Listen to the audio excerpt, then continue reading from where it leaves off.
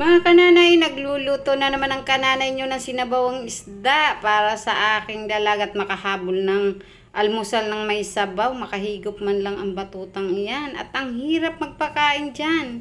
Gusto'y puro pirito. At ito na nga, sinisikap ko makauwi na maaga para ako makapagluto ng maaga. At ang maabutan niya yung sabaw sa almusal. Kasi puro adobo, pinirito. Diyos mio, ano bang vitamin pang makukuha? Diba mga kananay?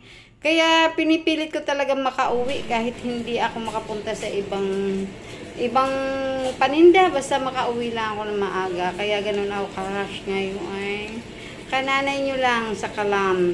At ito na nga mga kananay, nakabili ako ng maya-maya. 450 ang kilo mga day.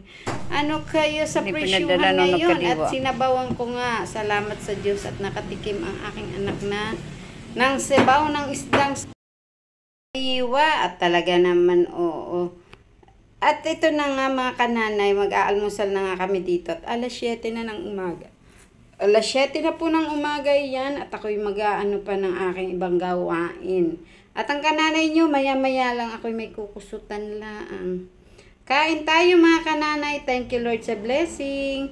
Ayan, sabi ko nga dyan ay sabaw pa lang ay ulam na. Sabi ko nga kay Mr. lagyan ng kalamansi at masarap lalo.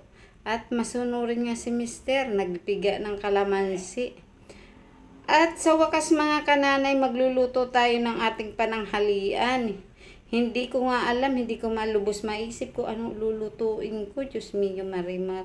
Ayaw naman mga gulay ng mga anakas ko na yan. Kaya ako na hindi ko na maintindihan kung ano ipapakain talaga naman. Pag nagluto ka ng hindi nila gusto, matitira lang hanggang gabi. Kaya sabi ko magprito ng bangos at tututsuhin ko. Ayan na nga, hindi naman ako mga kananay nagigisa ng sibuyas, mga ganyan, sibuyas, kamatis, luya. Hindi ko yung ginigisa. Basta ito yung black beans mga kananay. Nasa lata. Dinudurog ko to para maano ko yung, kasi maalat to eh. Bago ko siya timplahan, kailangan ko ng hugasan.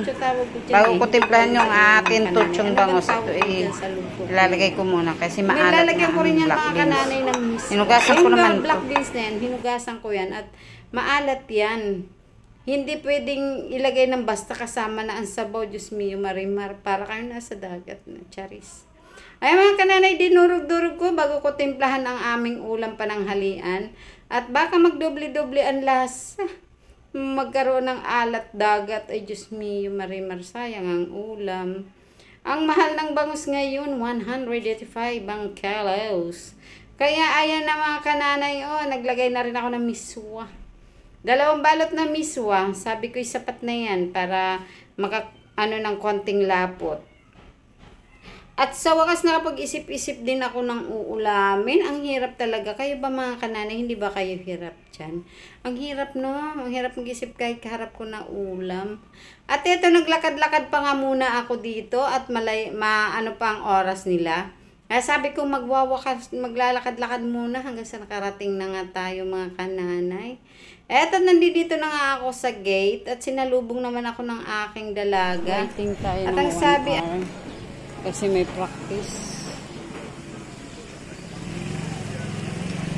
May practice yung mga kananay. Eto, nung matapos mag-practice, andito kami sa SNR at nagutom daw siya. O, diba? Kayo mga kananay, ganyan diba mga anak ninyo? Wala naman tayong choice, diba?